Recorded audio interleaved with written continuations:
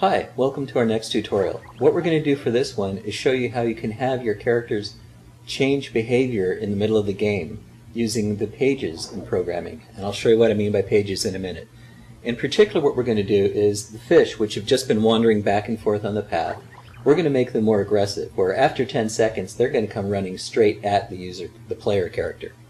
So, starting where we left off, go to Program the Fish, and what we want to do here is say, using the timer that we've used before, timer 10 seconds, now we're going to use this new verb called switch. So switch to page 2. Now what is page 2, you might ask? Now if you notice up here we have this little page with the icon on it and the shoulder buttons images. Well, if you click on those, you can switch to a new programming page. And what happens is, in this case, when it gets down to 10 seconds, it'll switch to page 2, and then page 2 will be the active page of code that is running every frame. This way you can have one behavior at the beginning, and then you can switch to another behavior. And you have up to 12 different pages, so you can have really complex behavior. So what do we want to do in page 2? Well, we want to keep all of this information about keeping track of the number of fish using the white score and giving the user points when he shoots a fish. So I'm just going to do a bit of a shortcut here. I move the cursor up to the top and press delete. That does a full cut of the whole page. Press insert again, that puts it back. Now when I switch to page 2, I can just press insert and it pastes in a copy of what we just did.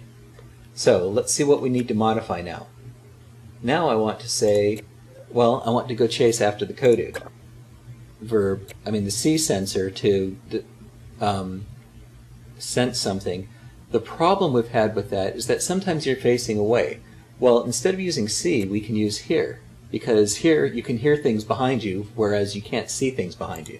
So we're going to say if we see the Kodu, then move toward him. So this is going to start getting aggressively at him. Okay, we don't need this row anymore, so we'll go ahead and delete that. And what we want, though, is that if we actually get to the Kodu and bump into him, that's game over. So we'll say bump, Kodu,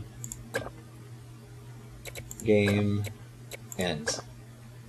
Okay, so let me go back to page 1 and explain what's going to happen.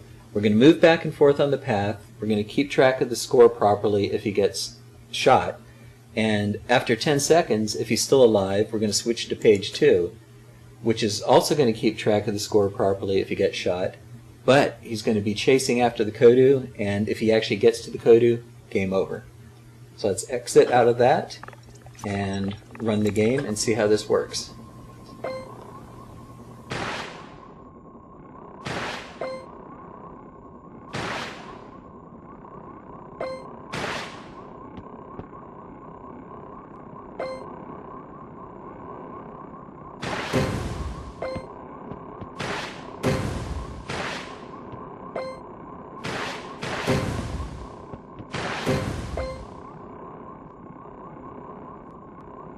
You